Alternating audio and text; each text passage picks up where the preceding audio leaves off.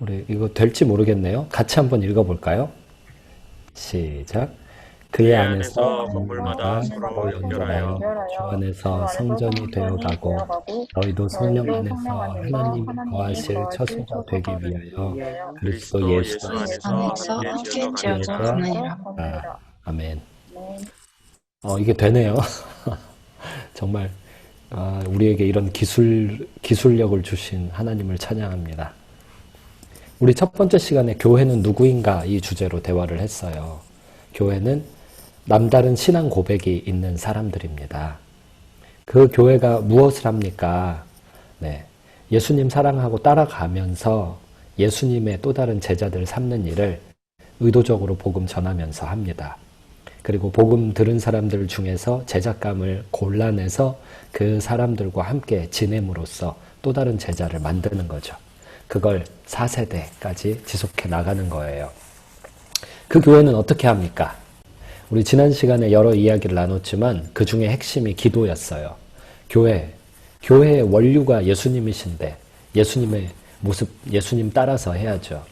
예수님처럼 예수님 따라가면서 교회를 할 때 그때 우리에게 예로 들었던 예수님의 기도의 모습이 많이 와닿았습니다. 네. 그리고 오늘은 이제 마지막 시간. 교회는 왜 하는가? 왜? 이 질문에 대한 대답이 있어요. 예수님 때문에 하는 것이죠.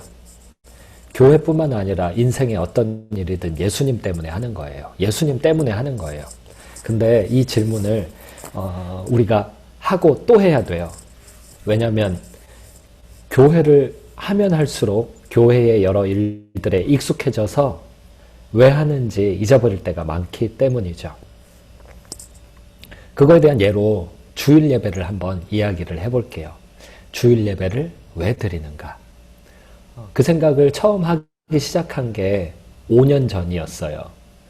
주일 예배에 대한 교회의 교회론을 가지고 있었지만 홍대에서 진행되는 주일 예배의 모습을 보면서 이 주일 예배를 우리가 왜 드리는가 이런 생각을 했었어요.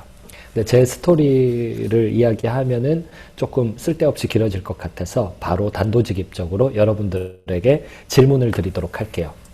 질문은 조금 구체적으로 드릴게요. 캄보디아라고 합시다.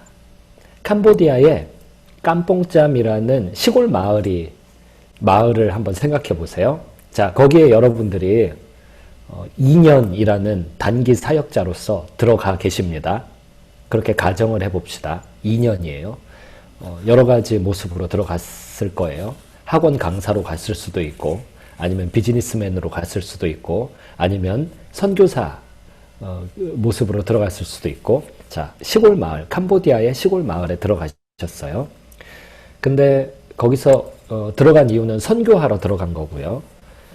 선교를 하려고 들어가서 이제 이사하고 정신없이 지내다가 첫 주일을 맞았습니다. 주변에 교회가 하나도 없어요. 주변에 함께 예배 드릴 만한 크리스찬도 아무도 없어요. 자, 그 주일날 뭘 하실 것 같습니까? 선교지에서 여러분이 선교사라면 구체적으로 캄보디아의 시골 마을 깜뽕짬에서 맞이한 첫 번째 주일날 여러분들은 뭘 하실 것 같습니까? 네. 그 질문에 이게 첫 번째 질문이고요. 두 번째 질문은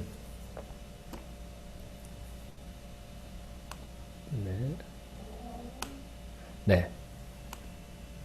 두 번째 질문은 조금 이따가 드릴게요. 먼저 첫 번째 질문에 대해서 지금 한 2분 정도 시간을 드릴 테니까 적어보세요. 나는 뭘 하겠다. 가족이 있으신 분은 가족과 함께 가 있는 상황을 생각하시면 되고, 싱글이신 분은 혼자 가 계신 걸 상상해 보세요. 선교지에서 맞이한 첫 번째 주일날 주변에 교회도 없고 아무것도 없다. 나는 그 주일날 뭘 하겠다. 그것을 지금부터 2분 정도 한번 시간을 드릴 테니까 적어보세요. 네, 시작합니다. 네. 이제 두 번째 질문을 드릴게요. 다들 지금 주일 예배를 교회 공동체와 함께 어떤 여러 모습으로 진행을 하고 계실 거예요. 교회를 한다 그러면은 빼놓을 수 없는 게 교회에서 함께 모이는 주일 예배이잖아요. 근데 이렇게 생각해 봐요. 외국의 캄보디아의 시골 마을에 내가 선교사로 가서 맞이하는 주일, 그리고 그때 진행해야 되는 주일 예배, 이걸 생각해 봤잖아요. 이번에는 이 컨셉을 그대로 내가 지금 진행하고 있는 교회 공동체 주일 예배로 가지고 와보는 거예요. 근데 뭘 바꾸냐? 나를 바꾸는 거예요. 내가 누구냐? 선교사. 그리고 여기 살아가고 있는 어떤 캠퍼스랄지 집이랄지 직장이랄지 이 모든 게 선교적 목적을 가지고 여기 와 있다. 그리고 그 기간은 2년이다. 단기 선교 2년을 와 있다. 라고 컨셉을 한번 바꿔보는 거예요. 정체성을 바꿔보는 거예요. 그렇다면 지금 진행하고 있는 주일 예배와 교회 공동체 모임에서 나는 뭐가 바뀔 것 같은가? 떠오르는 대로 한번 적어보시면 좋겠어요. 만약 내가 선교사라면, 그리고 한국에 내가 지금 지내고 있는 이 지역이 의도적으로 2년짜리 단기 선교로 내가 파송받아서 사역하려고 와 있는 그런 영역이라면, 그러면 지금 함께 진행하고 있는 주일 예배에서 나는 뭐가 바뀔 것 같은가? 네. 이 질문 앞에 즉흥적으로 떠오르는 대로 한번 생각을 적어봐 주세요. 혹시 질문에 대한 질문 있으면 얘기해 주시고요. 그 발표해 주신 내용 있잖아요. 두 가지였잖아요. 하나는 내가 선교지에 가서 맞이한 첫 번째 주일날 혼자라면 뭐 할 건가? 두 번째 질문은 만약에 내 정체성이 한국, 내가 살고 있는 지역에 와 있는 선교사라면 지금까지 진행되고 있는 주일 예배에서 뭐가 바뀔 것 같은가? 나는 뭘 다르게 할 것 같은가? 그리고 기간도 요건 2년을 드렸었죠. 자, 이렇게 두 가지를 대답하면서 제가 느끼는 점은 다르다라는 거예요. 교회 주일 예배를 드리는 모습이 내가 선교사로 나를 생각했을 때와 보통 때 그 입장이 다르고 실행할 내용이 다르다라는 거예요. 행동은 생각에서 나오잖아요. 그러니까 생각이 다르다라는 거는 이제 행동도 달라질 거라는 뜻이 되는 것이죠. 이게 바로 제가 5년 전에 경험했던 내용이에요. 근데 그걸 짧게 말씀드리면은 분명히 선교적 교회를 시작해서 선교적 공동체들을 세워나가며 의도적으로 전도해서 합당한 자, 제작감을 찾아서 제자 모임을 진행하며 제자 모임들이 계속 확산되도록 일을 하고 있었단 말이에요. 근데 어떤 순간부터는 제가 과거에 경험한 것처럼 주일 예배 사역을 하는 사람이 된 것 같더라고요. 그러면서 이 둘 사이에서 선교와 교회 사이에서 주일 예배를 가운데 놓고 질문을 던져봤었죠. 나는 교회를 왜 하는가 라고요.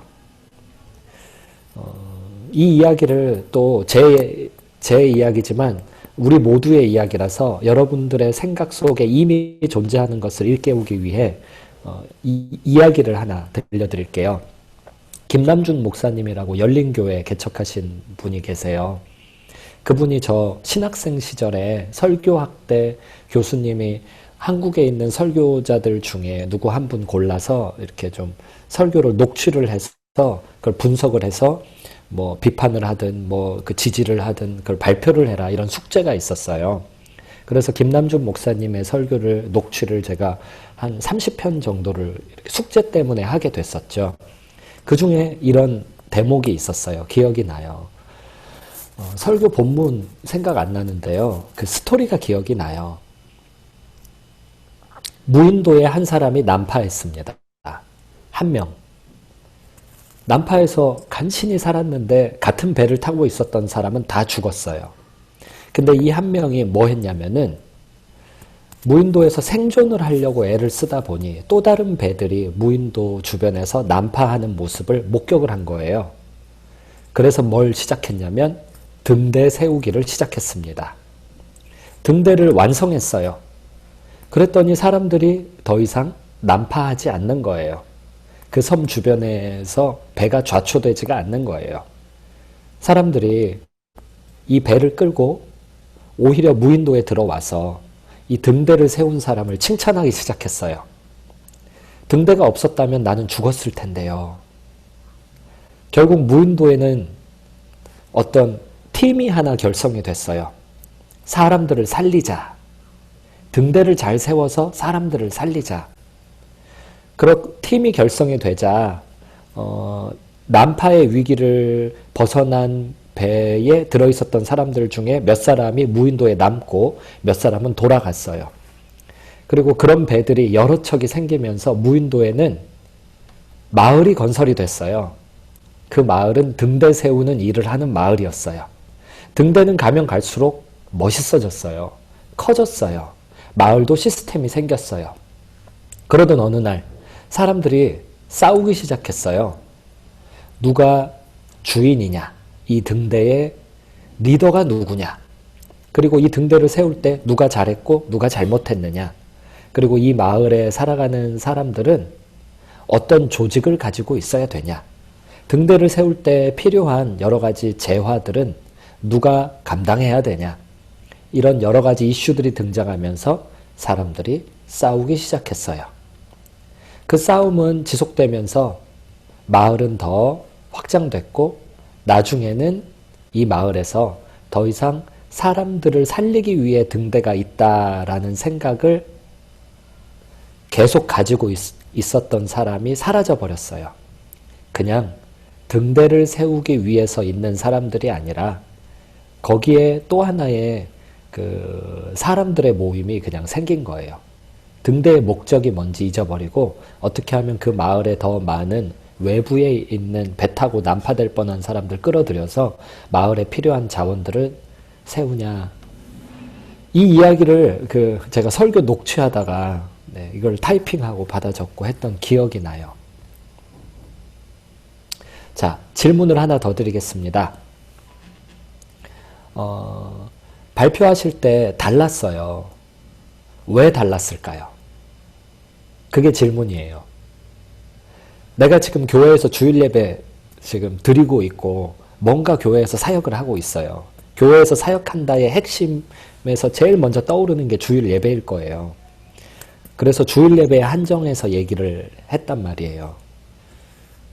2년이라고 이야기를 했는데 아까 혜림자매가 2년 짧습니다. 그 말씀 참 잘해주셨어요. 질문에 들어가 있는 장치였어요. 선교지에 도착해서 첫 번째 주일 이것도 장치였고 2년이라는 제한도 장치였어요. 내가 선교사라면 이것도 물론 장치였고요. 내가 나를 선교사로 보고 2년이라는 제한 시간을 가지고 여기를 본다.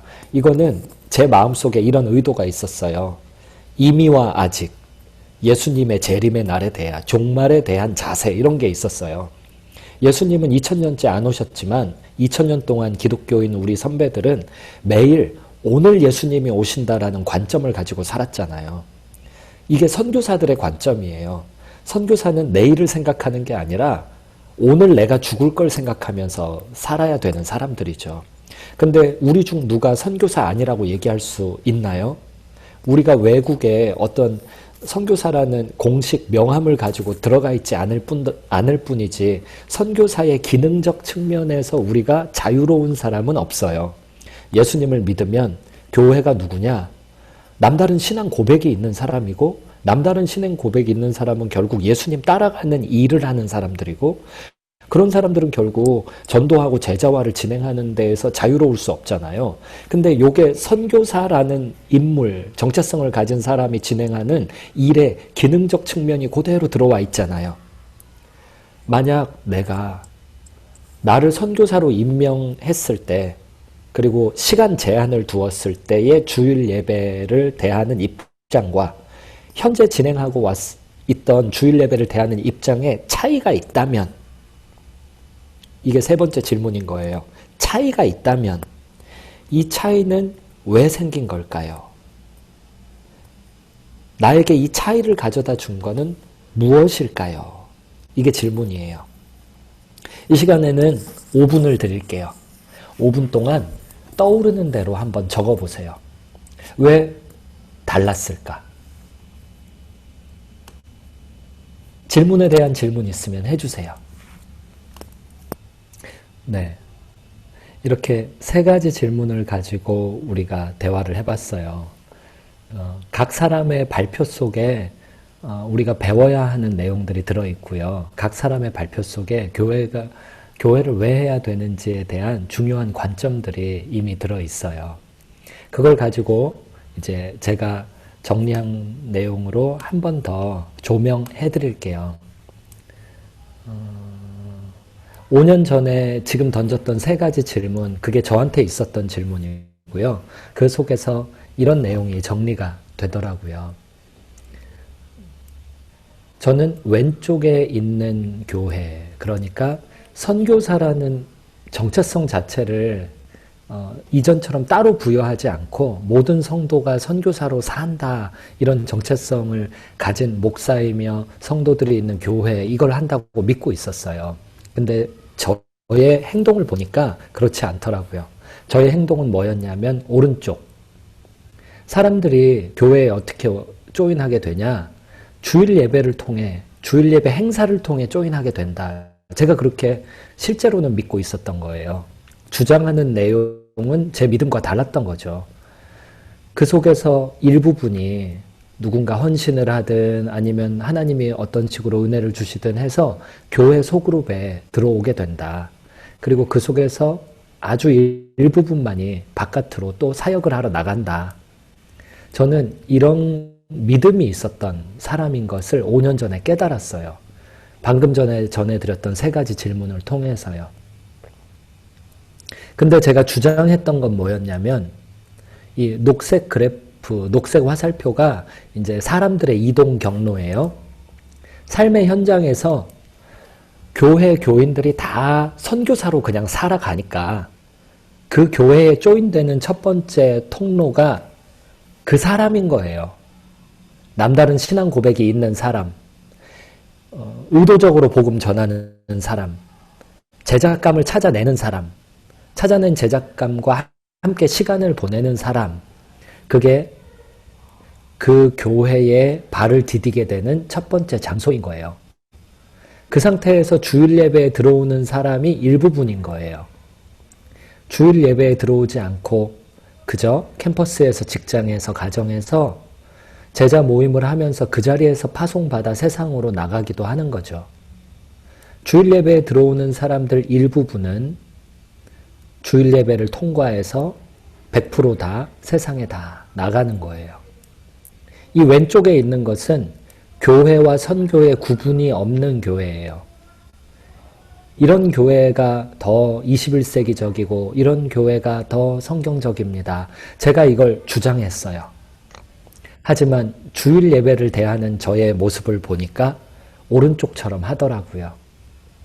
이런 갭이 왜 있느냐라는 질문을 제가 저한테 던져봤어요. 그 질문에 대한 저의 대답은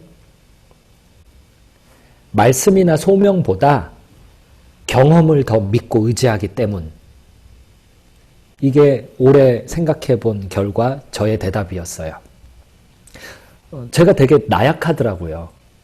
하나님이 기도의 현장에서, 말씀의 현장에서 저에게 소명을 주시고 저에게 구체적인 사역의 방향성과 내용들을 알려주실 때 제가 따라가요. 하지만 따라가면서 늘 저항을 어디서 느끼냐면 제가 경험한 것에서 저항을 느끼더라고요. 만약 종교 지도자들이 1세기에 이스라엘 지역에서 안식일에 대한 경험이 없었다라면 예수님을 더 믿을 수 있지 않았을까요? 만약 유대인 종교 지도자들이 그 당시에 정결 예법에 대해서 경험이 없었다면 예수님을 더 믿을 수 있지 않았을까요? 여러 모양의 전통들에 대한 경험 말이에요. 제가 경험한 건 이거예요. 교회 주일 예배에 100명 정도가 모이면 그 속에서 50명 정도가 소그룹에 참여를 하고 그 끝에 10명 정도가 세상으로 파송되는 모습이었어요. 제가 주장했던 것은 성경에 나오는 대로 10명 정도의 제자들, 12명의 제자들이 세상을 다 바꾼 거예요. 그 사람들이 세상에서 50명이 되고 100명이 되는 거예요. 이 둘 사이에는 정반대의 그래프 화살표가 있잖아요. 제가 경험한 것과 제가 성경을 통해 기도의 자리에서 주장하는 내용이 상반된 것을 발견하고 깜짝 놀랐죠.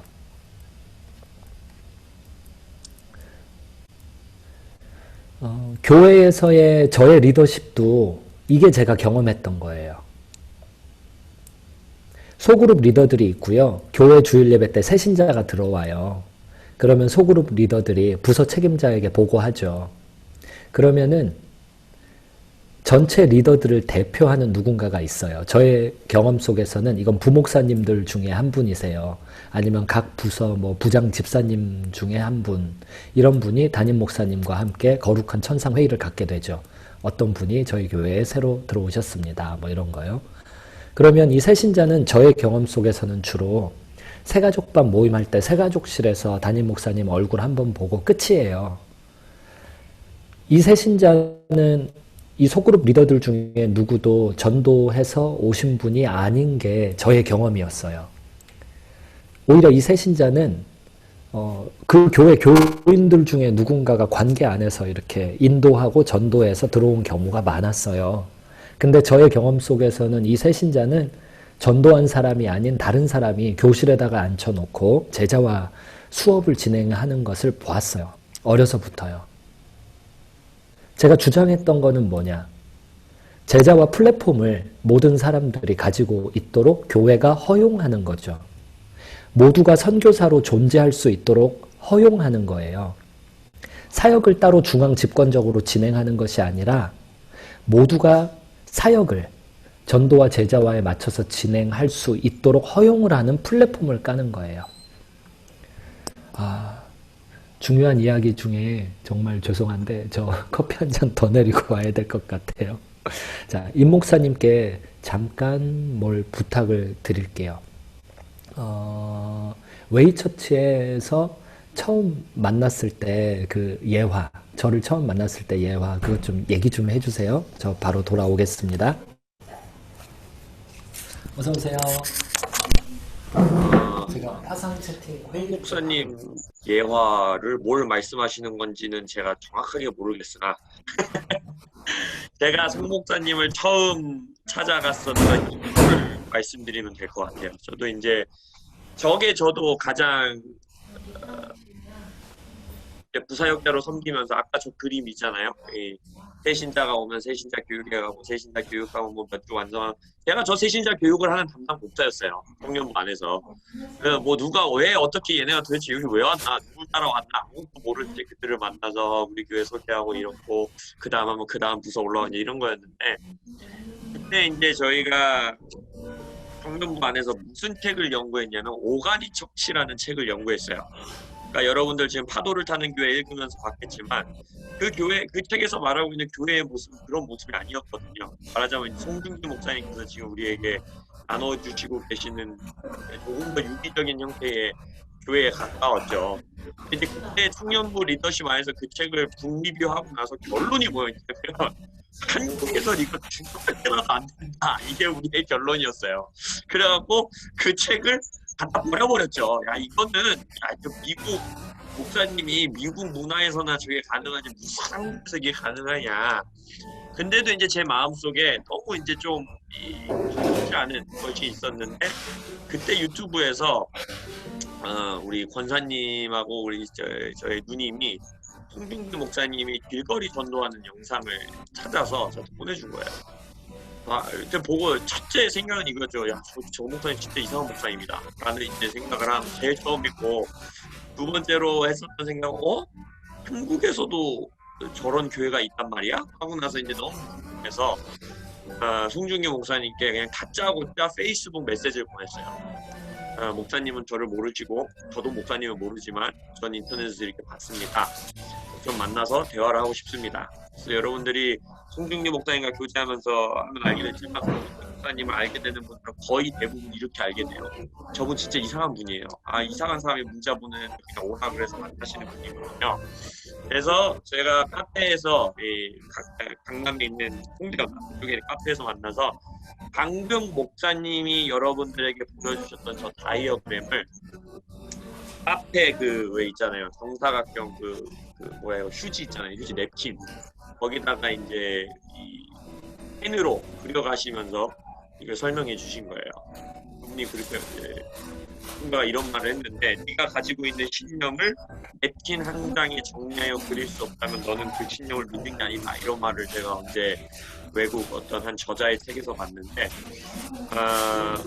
그러면서 이제 제 생각이 조금씩 깨지기 시작했던 것 같아요. 그러니까 저도 목사님 말씀하시면서 주일 예배는 무엇인가, 교회는 무엇인가, 교회는 왜 있어야 되는가. 이제 그러면서 그때 저도 더 깊이 고민을 하게 되면서 이제 저희 호람대오 교회 개척이 되면서 이제 송중기 목사님과 더 깊이 교제하고 지금 저희 교회에서도 계속 설교했던 것처럼 이제 정말 모든 성도들이 제자 되고 또 제자를 삼는 제자 되는. 그래서 모든 성도가 교회 개척자가 되는. 그래서 임대승 목사의 교회가 아니라 정말 우리 여기 이제 저희 성도님들의 가운데 임수아의 교회, 이수연의 교회, 이수빈의 교회, 우리 현옥 성도님의 교회가 모여서 또 하나의 교회를 이루는.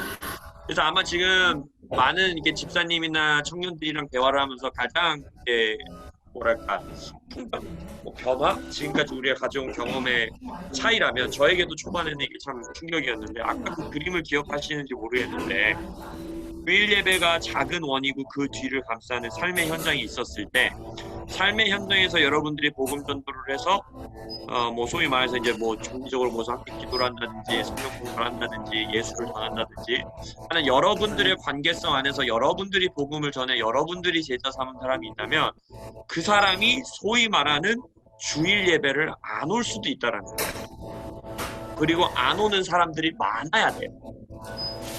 물론 이게 이제 이 선교적 교회를 하시는 분들이 통계적으로 이렇게 조사를 해놓은 걸 보니까 결국에 시간이 지나면 그게 뭐 몇 개월, 수개월이기도 하고 수주이기도 하고 수년이기도 하지만 결국에는 그렇게 삶의 현장에서 복음 전도돼서 제자 된 사람들이 그들도 기독교인들과의 교제를 원하고 더 뜨거운 예배를 원하기 때문에 결국에는 주일 예배 한 80% 정도는 오더라 라는 통계가 있음에도 불구하고 수많은 현장에 있는 작은 오이코스 교회들이 개척이 되어야 되는 거예요.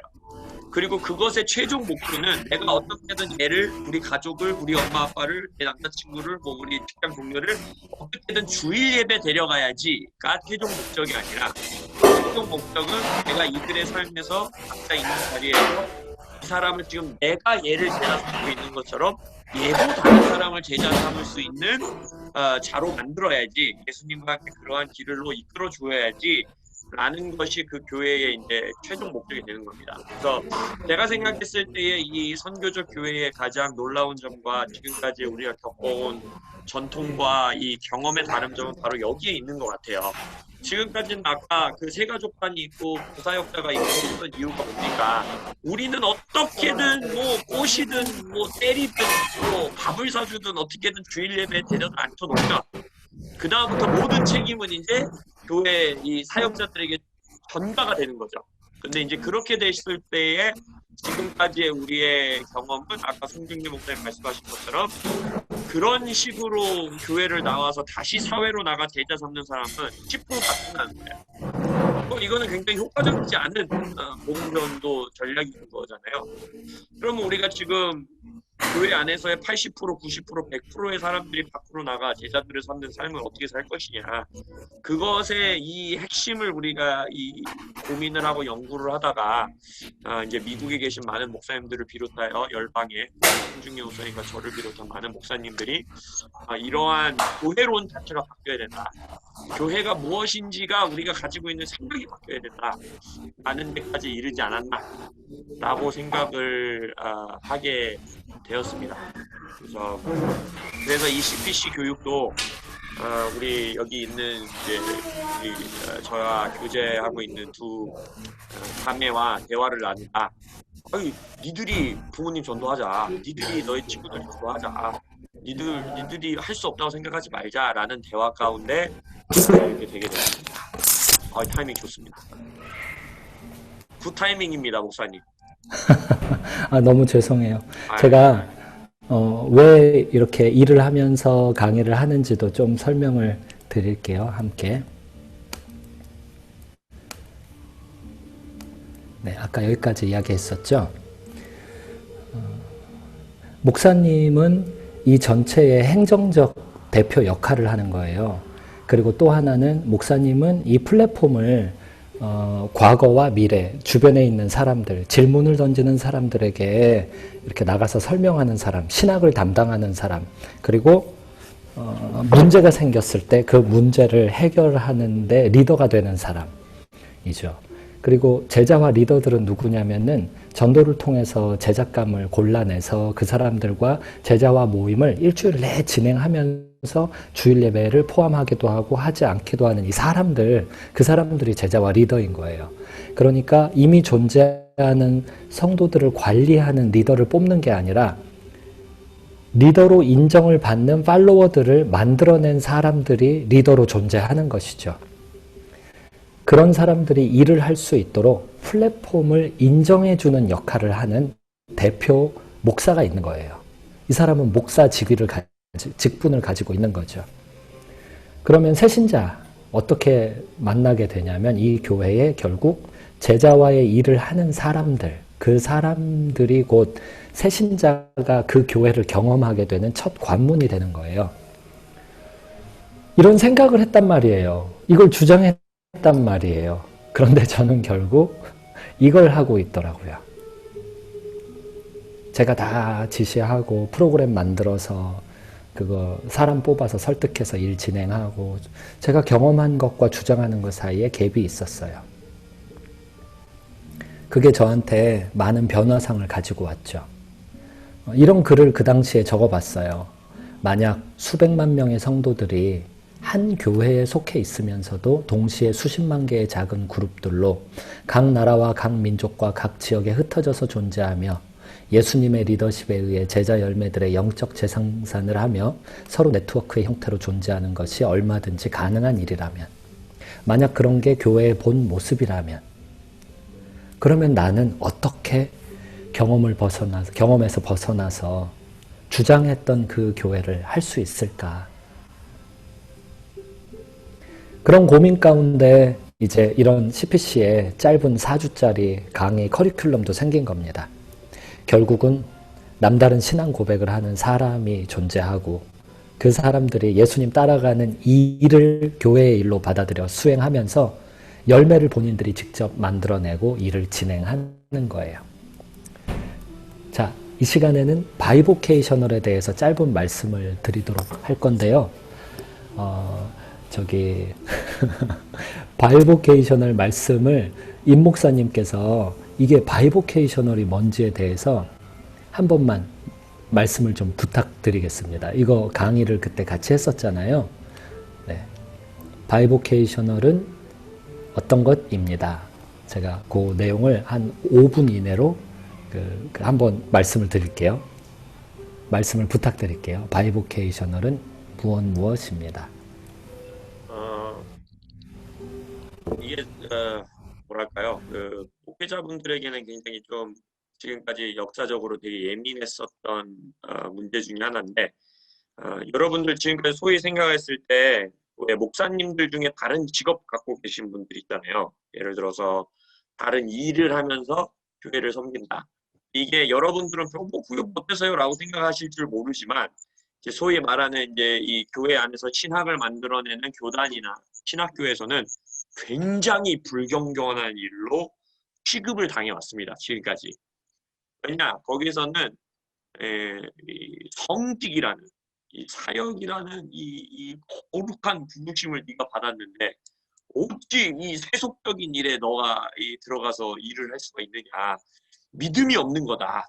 왜냐면 예를 들어서 지금까지 목사님들이 우리가 생각했을 때 우리의 경험상 목사님들이 또 다른 직업을 갖고 있는 이유가 뭐예요? 재정적인 이유가 가장 크잖아요. 지금까지 봤을 때 교회 월세 내야 되고 이제 교회 안에서 사례비 나가기 힘든 개척 필요 그런 부분들은 뭐 택지 운전도 하고 이것도 하고 저것도 하고 그래서 그거를 지금까지 교단들이 뭘 했냐면 이 더블 아큐페이션이라는 거예요. 너는 지금 직업을 2개 가지고 있는 것이고 하나님이 너를 목회자로서 먹이고 너의 교회를 돌봐줄 것이라는 믿음이 없는 거다.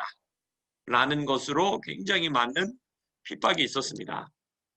그러나 지금 송중기 목사님께서 아마 이제 이 부분을 끄집어 나오시는 이유, 아까 말씀하신 자신이 카페를 하는 이유, 빵집을 하는 이유, 그것은 뭘 말하는 것이냐? 우리 선교적 교회에서는 아까 형태의 이 모든 목사가 모든 것을 통제해야 되는 교회가 있다라면요. 저 교회가 소위 말하는 잘 되는 교회가 됐을 때, 교인 숫자가 많아지는 교회가 되면요. 절대 다른 직업을 가질 수가 없어요. 그 교회를 운영하고 매니지하는 것 자체로만으로도 뭐 너무너무 이 목회자의 삶이 바쁘게 됩니다. 그러나 만약 우리가 아까 말한 것처럼 물론 목회자는 그 교회 안에서 행정을 책임지고 책임되는 자로서 존재하지만 목회자뿐만이 아니라 모든 성도가 다 함께 제자화를 해야 되고 복음 전도를 해야 되고 사람들을 해야 되는 사람들이라면 여기서 말하고 있는 목회자로서의 이 보케이션, 이제 송중기 목사님 같은 카페, 이것을 어떻게 하냐면 내가 다른 사람들을 제자화 삼을 수 있는 제자 삼는 제자로서의 삶의 필드로 만들어 버리는 겁니다. 그래서 지금까지는 목회자가 교회 월세 낼 수 없고 내 사례를 받을 수 없고 그 재정을 충당하기 위해 소위 말하는 거룩한 성직자의 일을 하기 위해 어쩔 수 없이 세속적인 더러운 일을 통해 내가 이 재정을 충당해야지라는 거에 대해서 비판도 있었고 스스로도 정죄감을 느끼며 그 일을 해왔다면 이제는 모든 성도들과 마찬가지로 성도님들도 일하면서 결국 제자화해야 되는 뭐 직장 갖고 제자화하는 거와 마찬가지로 목회자도 내가 더 효과적으로 내가 타겟팅하는 사람들의 제자화하는 것에 있어서 나의 이 실제적인 필드, 사람들을 만날 수 있는 필드, 그게 뭐 학원이 됐든 빵집이 됐든 카페가 됐든 그것을 이제 주님 안에서 해나가면서 살아가는 그것이 제가 이해한 바이보케이셔널인데 송중기 목사님이 더 잘 설명해 주실 겁니다. 네, 설명 감사드리고요. 네, 그거 맞아요. 그걸 바이보케이셔널을 받아들여 적극적으로 시작한 게 얼마 안 됐거든요. 이유가 똑같아요. 선교하고 교회 사이에 처음 드렸던 3가지 질문. 거기에서 고민한 결과 직접 하고 있는 거예요. 제가 여기 선교사로 와 있다면 어떻게 하겠어요? 제가 갖고 있는 뭐 이거 타이틀, 라이선스 이거 뭐 내놓고 나 목사니까 다 모여가지고 하세요. 이걸 하겠냐고요. 제가 선교사로 여기 와 있다면요. 여기가 선교지라면 뭘 하겠냐고요. 그렇게 질문 앞에 대답하는 과정에서 이 일도 하고 있는 거예요. 목사님이 설명해 주셨지만 사역 타겟, 그러니까 복음을 전하는 대상들, 그분들과 일터에 이렇게 중복 영역이 있어요. 만약에 어떤 선교사님이 선교지에서 어린이 사역을 하려고 어린이 타겟을 가지고 들어가셨다면 이분은 고아원을 세우거나 아니면 유치원을 열거나 하면은 이해가 되겠죠. 그 선교사님이 목사님이더라도 이해가 될 거예요. 마찬가지예요. 제가 복음 전하려고 하는 사람들을 가장 많이 만날 수 있는 일터에서 일을 한다면, 그렇다면 제가 저를 선교사면서 목사면서 또 예수님 따라가는 사람이면서 남다른 신앙 고백하는 사람으로 이야기하는데 괜찮지 않겠냐 이거예요. 아까 누가 그랬죠? 이분법적으로 생각했던 것 같다.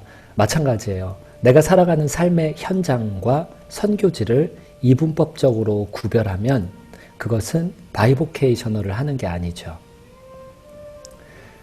내가 일하는 영역, 사역하는 영역, 예배드리는 영역, 사람들 만나는 영역, 돈 버는 영역, 이것이 다 한 군데 있으면 그게 바이보케이셔널 일을 하는 사람이에요. 우리는 어떤 식으로든 먹고 살아야 되잖아요.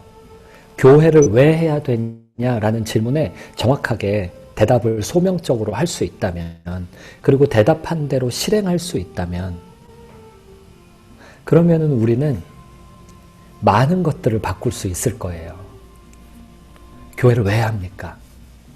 주변에서 선배 목사님들이 제가 일하는 거 보면서 염려하시는 분이 간혹 계세요. 간혹. 그러면 제가 설명을 할까요? 내버려 둘까요? 저는 내버려 둬요. 설명을 할 필요가 없어요. 왜 제가 설명을 해야 되나요?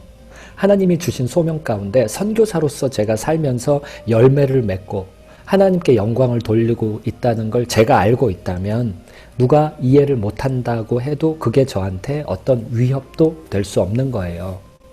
마찬가지예요. 우리 모두가 마찬가지예요. 교회를 왜 합니까? 한국 교회가 어떻다, 우리 교회가 어떻다, 어떤 사역은 이렇다 저렇다, 이런 이야기는 교회를 왜 하는지에 대한 질문에 대해 내가 대답을 못했기 때문에 하는 남 이야기들이에요. 성경을 보면 오히려 남의 죄까지도 내 죄처럼 끌어안고 기도했던 분들이 하나님의 사람들이었던 것을 알 수 있어요. 우리의 모습은 교회로 존재하기 위해 교회를 왜 하는지에 대해 지난 4주간, 5주간의 대화에서처럼 정확하게 예수 그리스도라고 대답할 수 있어야 돼요. 그 대답은 열매가 증명해줘야 되고요. 나의 언행이 그걸 증명해줘야 되고 나와 함께 하고 있는 사람들이 저 사람은 진짜 예수님 때문에 저 일을 하는 거야. 이걸 증명해 줄 수 있어야 돼요. 이 시간에 5주 동안 같이 대화할 시간을 주신 하나님을 찬양해요. 여기 계신 분들은 보통 분들이 아니세요. 대화하는 수준이 다 굉장히 높았고요. 제가 어떤 준비를 한 것 이상으로 하나님이 기름 부어주시는 모습을 보면서 여러분들이 하나님 앞에 얼마나 소중한 사람들인지를 매회 느낄 수 있었어요. 특히 울산 지역에서 조인하신 분들은 아주 훌륭한 한 팀이세요. 어떤 걸림돌 앞에서도 쭈구리가 되지 마시고 무서워하지 마시고 여러분들 한 팀으로 거기 선교지라고 생각하면서 뭐든 도전하세요. 그리고 코람데오 교회 너무 응원하고 축복해요. 저 솔직하게 코람데오 교회랑 뭐 할 때마다 저희 가문에서, 제가 가문이라고 잘못 표현했다. 교단에 속한 분들이 왜 타 교단의 교회랑 뭐 자꾸 왜 합니까? 라고 질문을 하는데 제가 따로 설명 안 해요. 따로 설명 안 해요. 그냥 뭐 잘못하는 거 있으면 계속 얘기해 주시고요. 좀 후원 좀 많이 해 주십시오. 뭐 이 정도로 대화 끝내요. 어떤 걸림돌이 생겨도 그거에 이렇게 쭈구리 되지 말고요. 내 소명에 예수 그리스도라고 정확하게 대답하면서 교회를 해 나가세요. 목사가 돈을 왜 버냐? 그런 걸림돌도 걸림돌이 되지 못하도록 소명에 집중하세요. 예수님 때문에 예배드리세요. 예수님 때문에 흩어지세요. 예수님 때문에 삶의 현장에서 자비랑 사역하세요. 예수님 때문에 어떤 사업이든 시작했다가 없앴다가 시작했다가 없앴다가 해보세요. 예수님 때문에 누구를 만나세요. 예수님 때문에 누구와 헤어지세요. 예수님 때문에 매일 기도 시간 지키고 말씀 시간 지키세요.